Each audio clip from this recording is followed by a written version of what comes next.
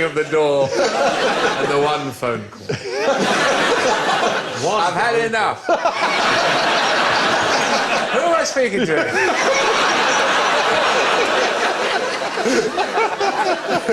Oh, dear. Are we talking food here? We are talking food, yeah. I don't really. No, the fact is that this is about knowledge, and it's you think you're full, as it were, you know you've had enough, which is obviously not knowledge, it's memory. You can test this on people with short-term memory loss. I mean, amnesiacs who immediately forget what's just happened.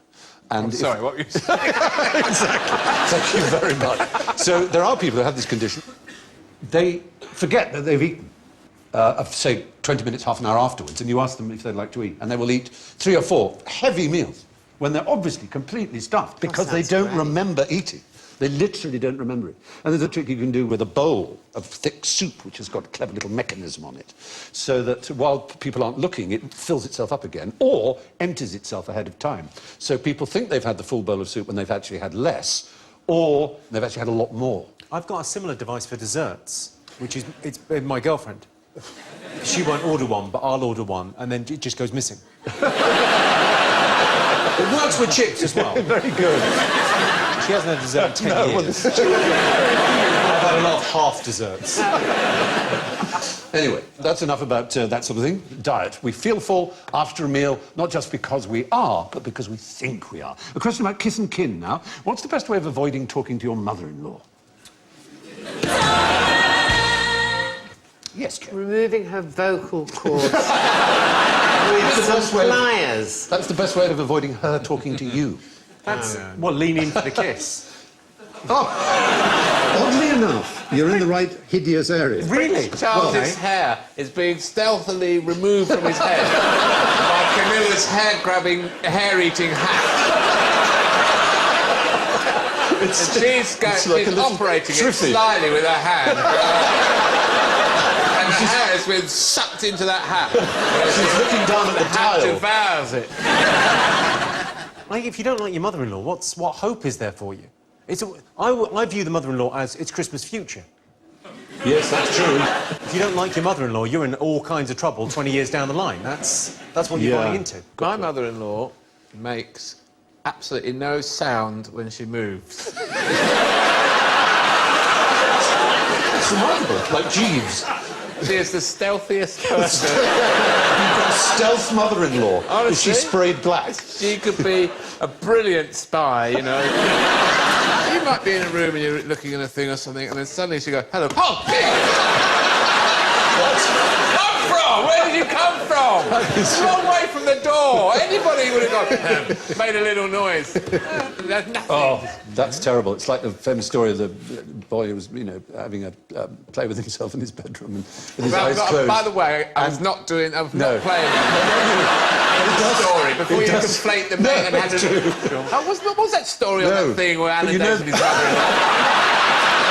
Let's just separate those two things. He closes his eyes in bliss, and when he opens them afterwards, he just finds a cup of tea next to him.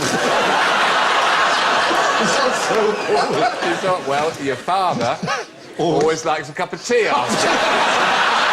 And the biscuits. Oh, gracious. Oh. Les Dawson gets a hard time for mother-in-law jokes. They are the best mother-in-law jokes. Remind us of some, then. Copyright Les Dawson. Copyright Les Dawson was walking down the street with my wife. I saw my mother-in-law. She was being beaten up by 6 men.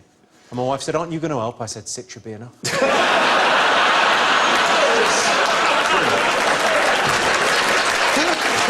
Just a brilliant... But weirdness, when I was growing up, when I was sort of starting in comedy, he was like, "Oh yeah, he just tells mother-in-law jokes." I know, he was frowned on. Sort of a genius. Oh, he was a complete genius. The mother-in-law came around. Yeah. The mice were throwing themselves on the traps. And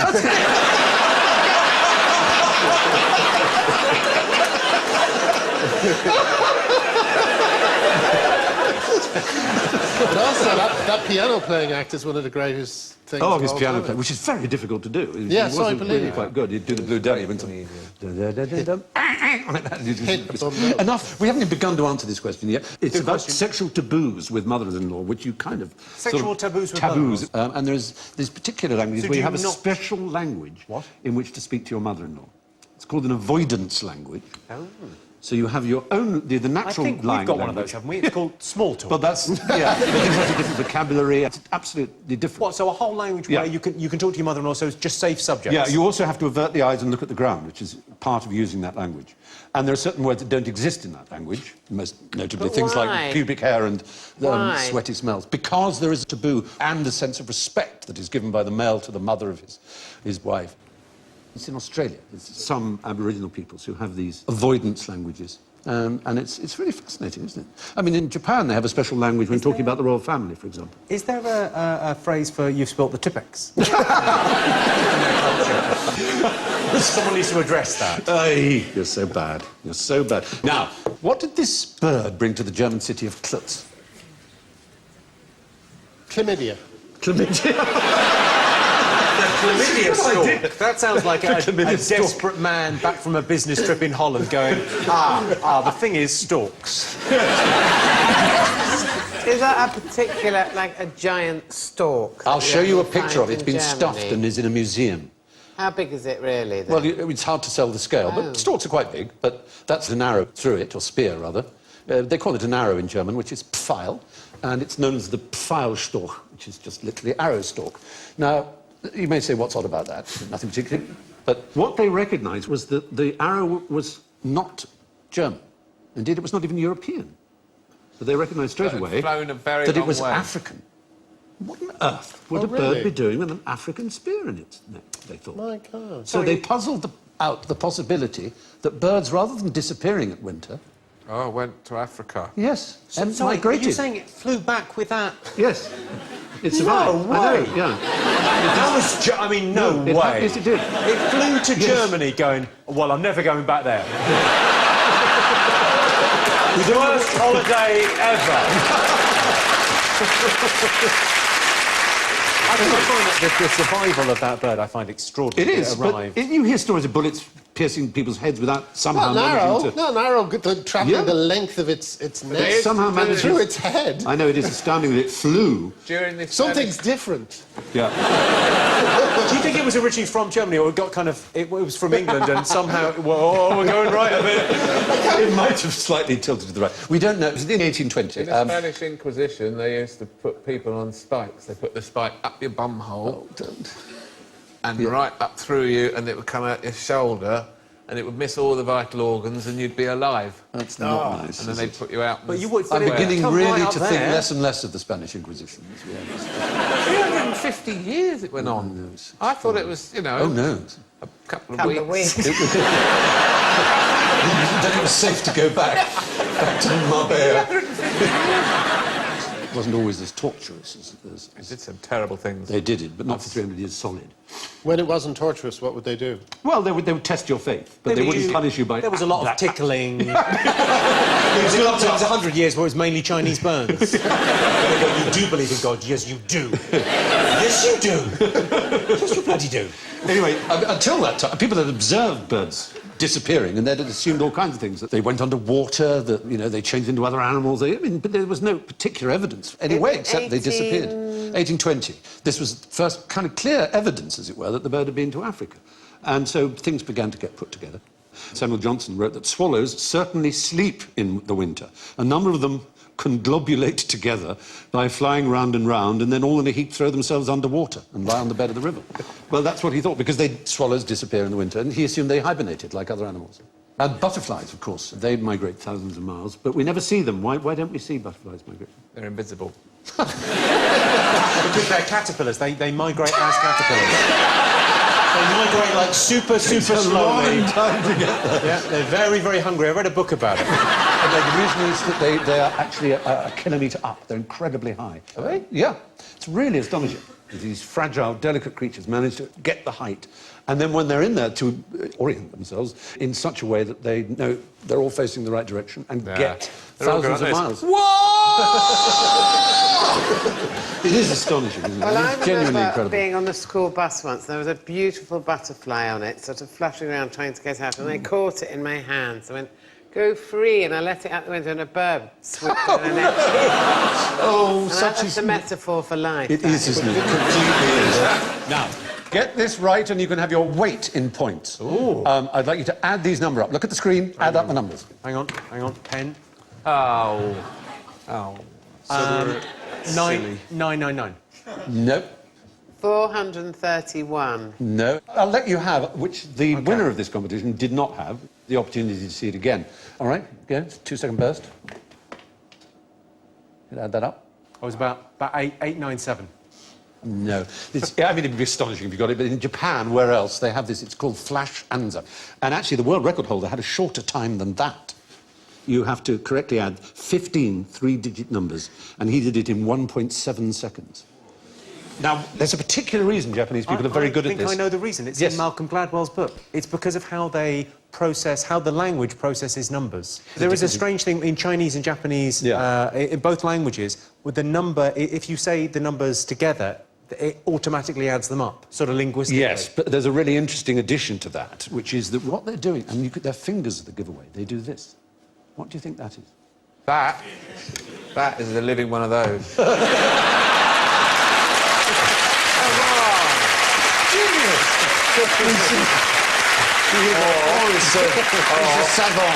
Oh, it's a herd of those. I read that book, and isn't there a thing, it's Malcolm Gladwell book called Outliers? Outliers, Yeah. It's brilliant. But the thing about it is they use fewer syllables in numbers so that they have a greater aptitude That for might- adding up more quickly as children. That might help them. The answer, incidentally, was 1,966. But the secret actually is in the Chinese-Japanese abacus. They're actually doing the action of the abacus. And the more amazing thing, perhaps, is that at the same time, they can have a conversation with someone. Because it's another part of their brain that's being engaged. And they'll say the answer, but they won't remember a single one of the numbers they added up. And actually, I thought about this, and I thought, this is just crazy. But I've got a composer friend who came round to my house, and I happened to have a full orchestral score of Don Giovanni on the piano. And he, yes, don't... Of course stop. you Well, did. I did. People do. And anyway, he just opened it like that. And he started playing it, and sight reading it like that, on the piano. And talking to me about it, he said, it's this bit where it does that. And I suddenly took apart what he was doing. It's not written out as a piano score. It's written out as violins, oboes, flutes, cor anglais, which you have to transpose in your head while you're doing it, because it's written in a different key from the rest of everything else. So he's doing that and playing a beautiful transcription of an orchestra and talking to me. Well, the people that do that, they're slightly magic. Yeah. I agree. And that's a spell they're saying. Yeah. I go, yep, fine, I I'll believe buy that. Might as well be. I know, conductors, trained musicians. It is simply 10,000 incredible. hours. 10,000 hours. That's it. The Beatles, Mozart, all of them, as we know. We 10,000 think hours. it's a very convincing I've done 10,000 hours. of this. Sitting around vacantly You're really getting good at it now. being wrong about stuff. Which brings me to some very complicated adding up of my own, as a matter of fact. Oh, my gracious goodness heavens. The scores are unusual because we have, of course, been giving scores to make up for our errors on account of the half-life of facts. So, in last place, I'm afraid, it's magnificent for a first appearance. Minus 19, Graham Lennon! Graham, congratulations. In fourth place, with 23.24, it's the audience! Well done! And in third place, Going with... behind the audience. Yes, I'm afraid so. It's Star deeply Wars guys in unfair. the I'm on the show. I'm so sorry. And in third place, with plus 33.58, is Jimmy Carr.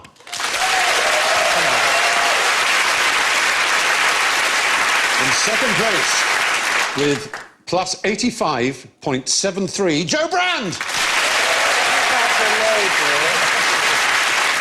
And today's out-and-out winner with 689.66 is Alan Davis.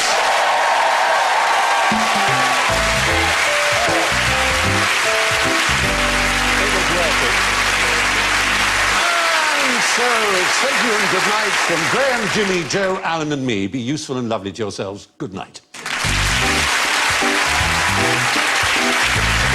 Stephen Fry's out there confronting prejudice, a powerful look at being gay throughout the world on BBC iPlayer. Here on BBC